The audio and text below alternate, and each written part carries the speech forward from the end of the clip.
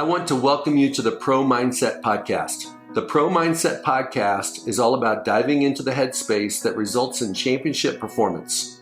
High-performing athletes, winners, have this mental flow and have a positive headspace for their performances and success. Join me, Craig Domann, sports attorney and NFL agent, on this podcast. I will interview pro athletes, college athletes, football coaches, and sports personalities.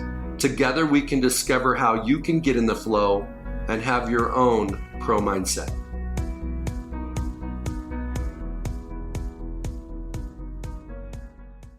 Okay, I have today as a special guest Warren McCarty. Warren wears many different hats.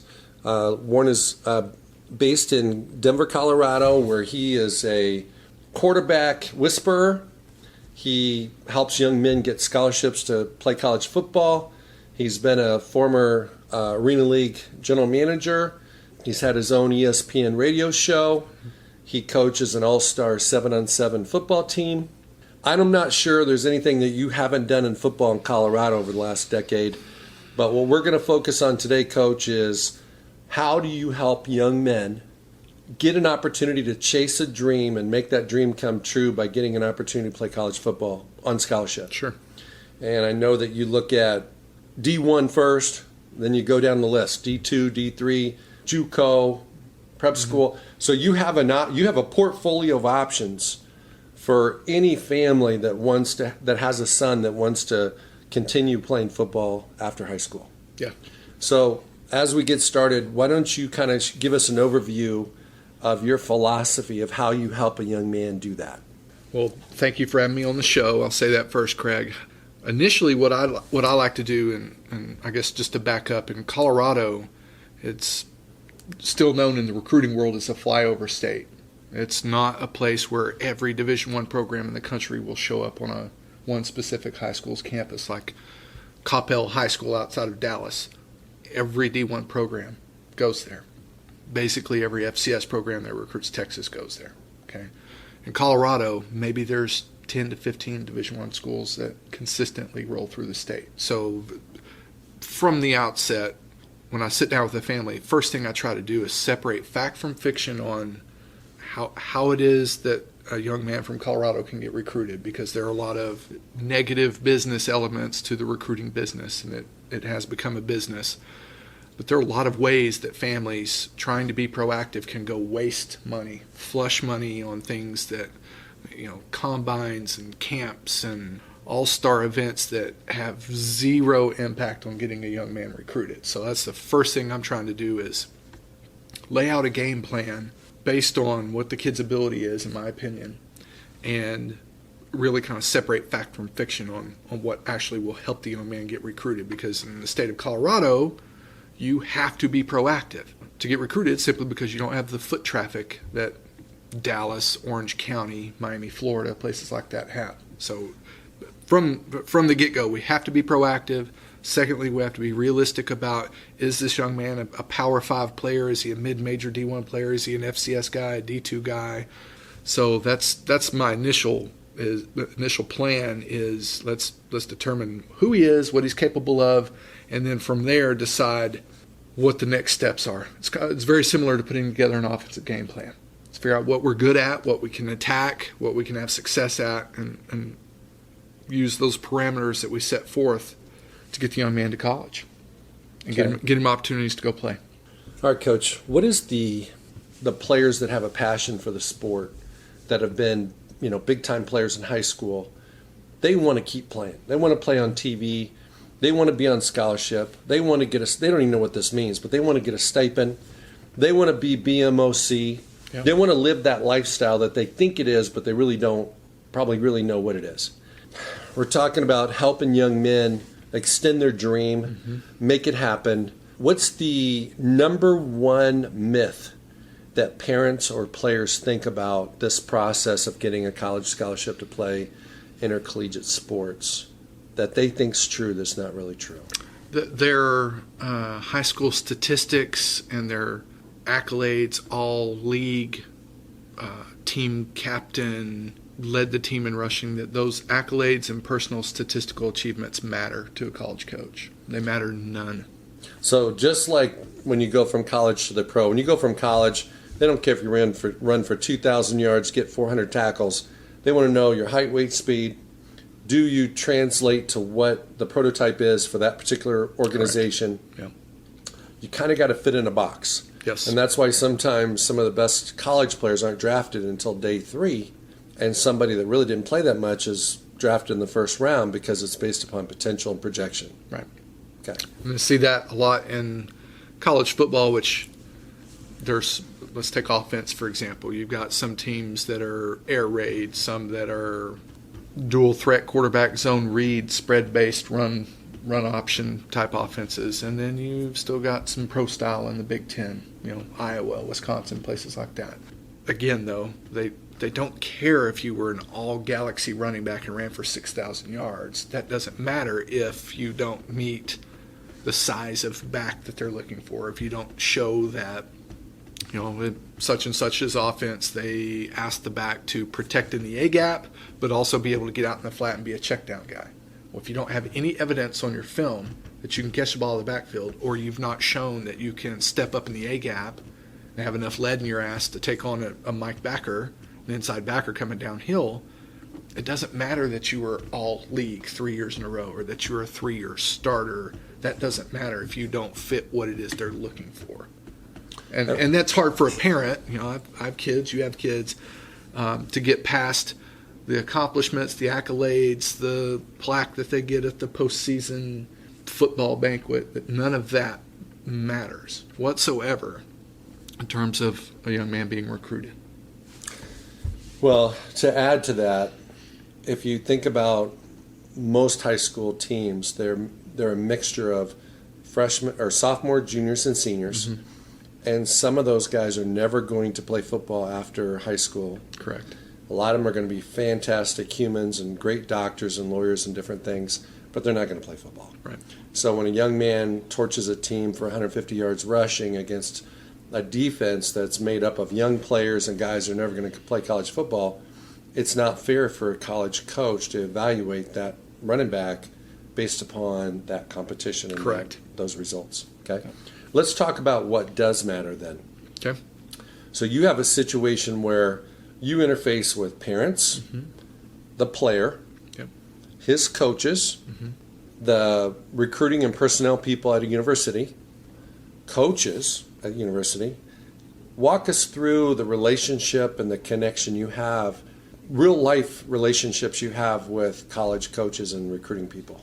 Well, this is a business based on trust. Very much like your background in the NFL, representing NFL players for years. You've got, good Lord, I guess probably every general manager in the NFL and a whole bunch of scouts and personnel guys on speed dial on your phone. You can dial them up, right? And I'm kind of in that same situation with college coaches and college personnel directors.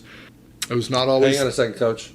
You're not kind of in that situation. I've walked around with you. We're at the Coaches Convention in San Antonio. This is circa 2019. You know about every other person at the convention.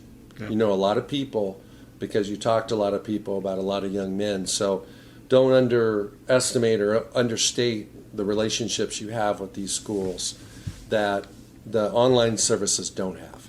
Online services do not have that. And the benefit of me also having a coaching agency and representing coaches is I also understand how my clients at the Division I level respond to these online recruiting services. They treat it just like the junk mail that we get in our spam file on our Gmail account or the Wednesday circulars you get in your mailbox, right? It's overkill.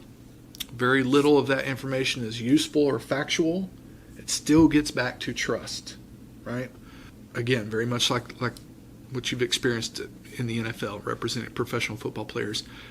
I pride myself on never misrepresenting an athlete's true height, their true weight, what their real speed is, what their ability is, what their mental makeup is. I'm always trying to paint a realistic, truthful picture to these coaches. But I'm also not going to waste a buddy of mine's time who's in the Power 5 on a kid who really probably needs to be playing D2 football. I'm not going to waste his time. And those coaches know that. And therefore, when I do pick up the phone and call them about a certain player, they're going to be responsive because they know it is at least worth their time to evaluate the kid. Might not be what they're looking for, might not fit their criteria that year, or they might have 10 guys that are better on the board, but they know I'm not going to waste their time on a kid who's not capable of doing it at their level. And that's based on 10 years of doing this and my previous life in professional football evaluating athletes. Pretty much have a 99% certainty about what level of talent the kid has and what he's really capable of based on all these factors. But kind of getting back to your original question about parents, that's probably the hardest thing for parents and high school athletes to separate, is that all the things you've accomplished and that you've been rewarded for and awarded for doesn't really factor into, are you going to get a scholarship offer from the University of so-and-so? It just doesn't matter. Well, I can see that one of the biggest challenges in that environment is when, let's just take a young man from the Front Range of Colorado that is a CU Buff fan. Yeah. Always wanted to be a Buff, has gone to games with his mom and dad or his father, and that's his dream school. You might find out that he's really an FCS kid and he ought to be going to Greeley, or he might be going to some other school, yet he wants to go to CU Boulder. What do you tell a family in that situation? Initially, I try to really be truthful and tell them this is where I project him at. And if I kind of get the side eye or a different look, I'll quickly have somebody at that level give me some feedback. Hey, I'm thinking this kid's FCS, or I'm thinking this kid's a mid-major D1, or I think this kid's a Power 5. I'll go get some verification of that, right? And then provide that feedback right back to them. Look, this is what I believe, and here's Coach so-and-so at such and such school, and this is the feedback he's given me. So right off the bat, we kind of know, no, he's not going to play at the University of Colorado. Well, one of the unless things, he wants to be a walk-on. No, I get it. And one of the things that you've shared with me before is that, if somebody has a pet school that is a dream school, but it might be a little bit of a reach for that young man, as you tell a family, if you want to invest a couple $100 in a camp, send him to the camp. If the school has an interest in him, it'll show up in that camp. Yep. 99 out of 100 times, nothing happens, but at least they got to scratch that itch, and they're not holding against you because you said they couldn't go there. Yep. They went there, they auditioned. Didn't get the love. Right. Just got to, and then basically now you're back to, okay, now what are we going to do? So then you've, in those cases, implemented your plan. Correct. Okay. Absolutely. Let's talk about one of your clients you had this last year and describe for the audience what you did to help him maximize his opportunity, and perhaps you might use as an example a young man that went Power 5. Well, I'll say, let's start with Isaac Townsend. Okay. He's a national recruit this year. Early signing period in December, he signed with the Oregon Ducks. So Isaac is 6'6", 235-pound pass rusher from Ralston Valley High School in Arvada, Colorado. His parents hired me knowing that, okay, he's not going to have 50 Division I programs just magically show up on campus at Ralston Valley and Arvada to look at him and evaluate him, A. B, the parents are pretty sharp in that they understood that in the state of Colorado, we don't have padded spring practice until June 1. Well, May 31st, coaches have to be off the road, right? So they'll never see him go through spring ball in practice. So they knew he had to be proactive, right? Whereas kids in Texas have that advantage. You can go watch a kid in Texas be in pads for 3 weeks, right, in May. So they were educated enough on that part of the process to know that, oh, we better be proactive. But he's very athletic. He can dunk any way he wants to, and he's strong, and he's an aggressive guy, and he looks the part. We need help.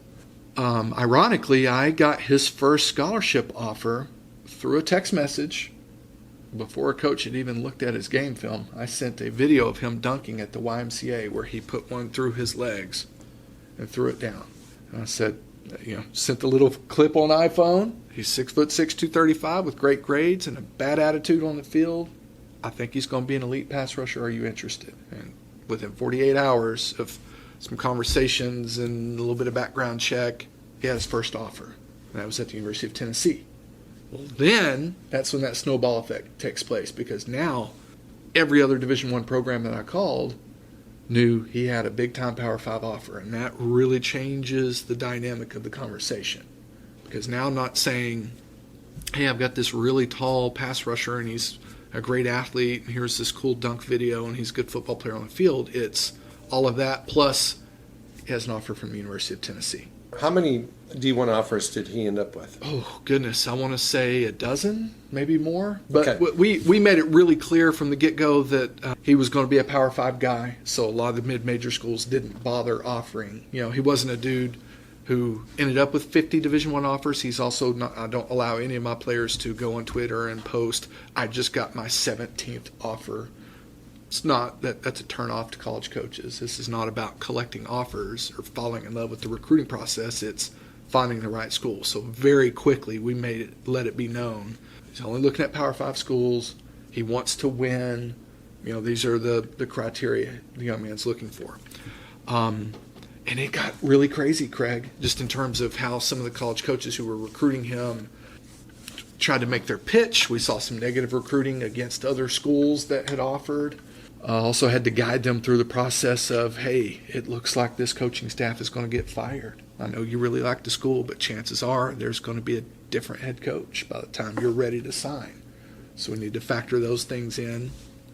And I want to credit Isaac for having always followed the plan. So we did not go do so he gets that offer from Tennessee. They did say, you know, we'd love to see him in camp. He goes out to their camp and just killed it. He ran a 4.68 40, laser timed at 233.5 pounds.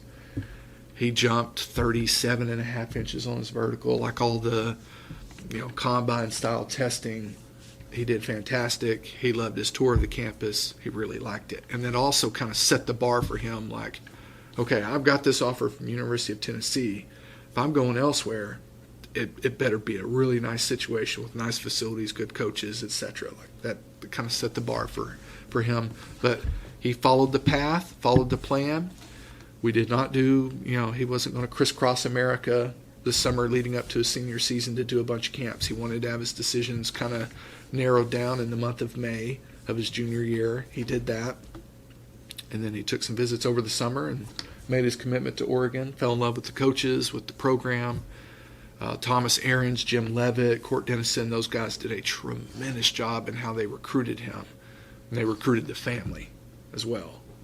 And I feel like that was a big piece of it. But I think my work with Isaac was not so much about going and like collecting offers. It was more about helping him navigate the process because it got pretty complicated after he got his first big offer. Well, let's talk about the different functions that you provide. Mm-hmm. You know, for some young men, it's getting them an opportunity, maximizing the money, maybe getting them farther away from home or closer to home, depending on what his goals are. Sure. And, you know, at the D2 level, it's just, you know, combining maybe financial aid with a stipend from football to be able to make it happen. And then you've got guys that might have FCS offers that want D1 off. They want, you know, FBS offers. Right. So you're trying to help them find a better offer. They've got a full ride, but they want a better deal. So during that process, you're keeping your eye out for schools that he might be a good fit with, that he could get a better offer. Then you got guys like Isaac that, hey, he hit the lottery from the jump.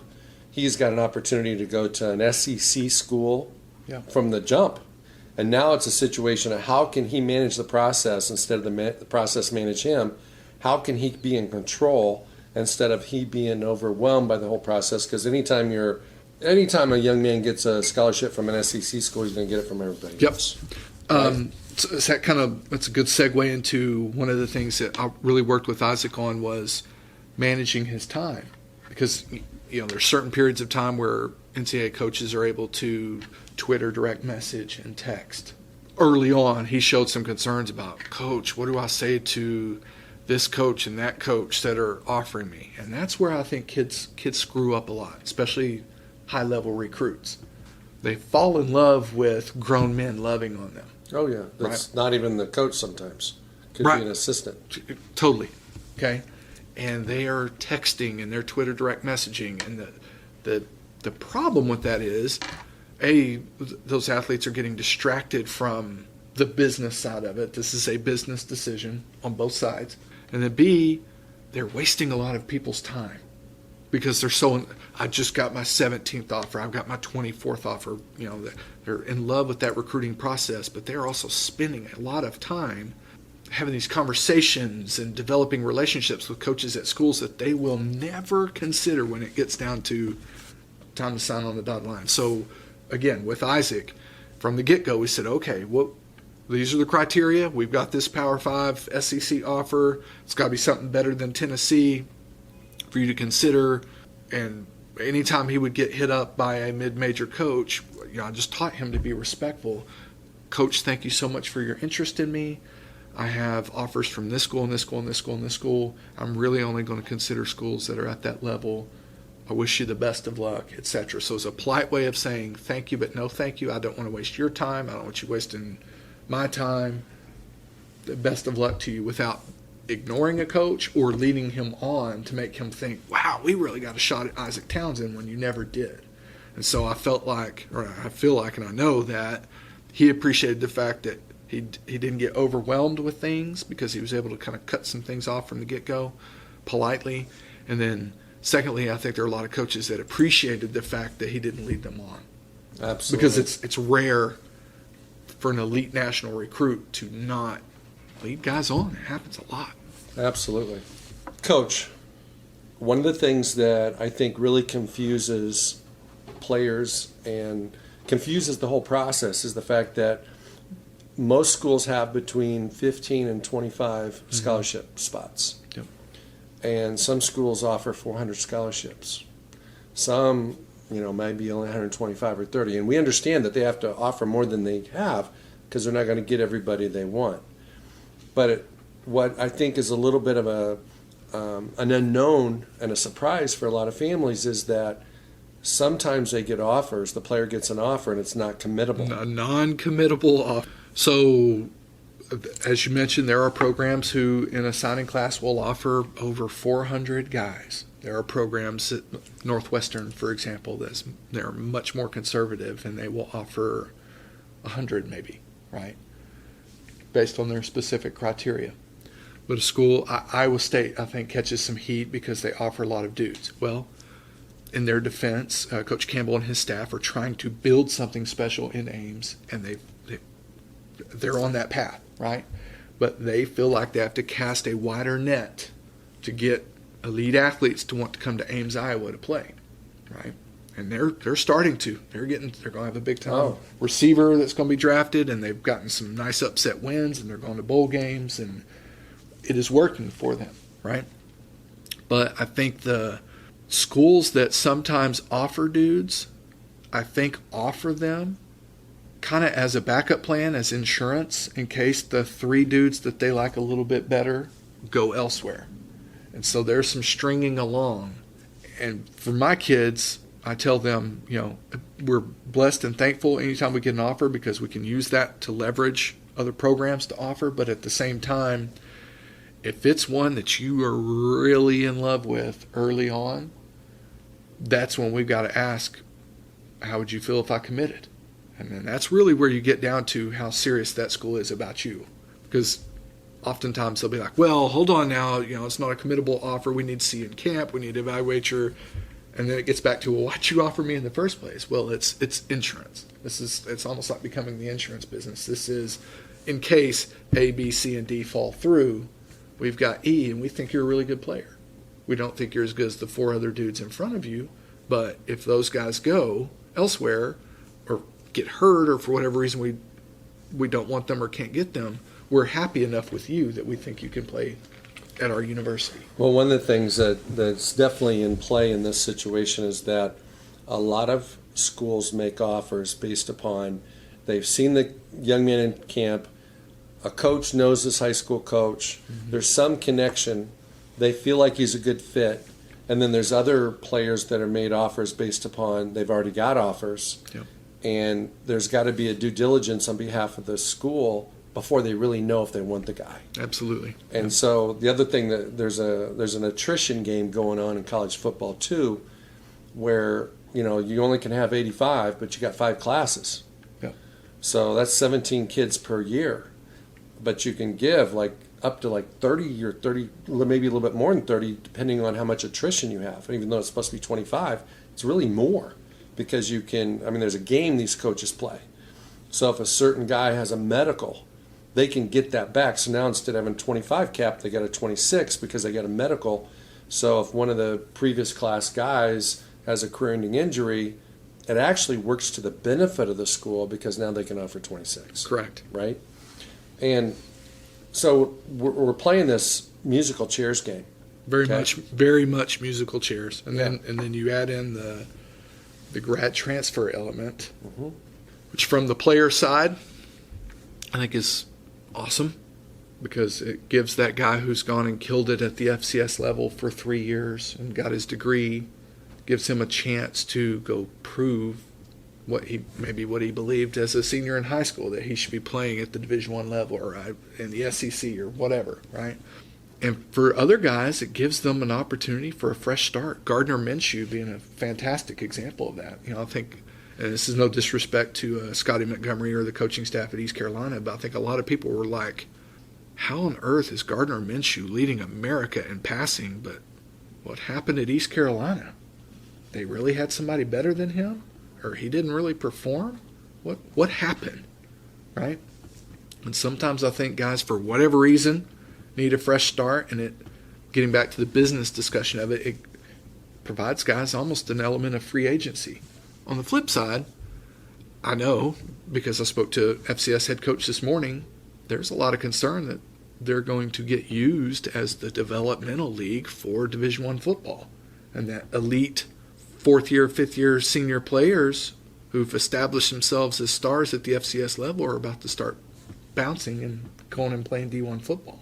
There's some serious concern there, and I don't know if that's a healthy situation for FCS or mid-major D1 football, but I do like the idea of players having some freedom because the coaches certainly do.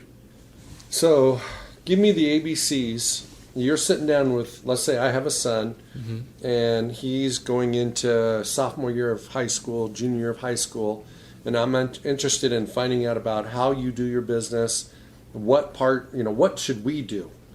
How does this ACT stuff work? How's the scoring work? The GPA work? The transcripts?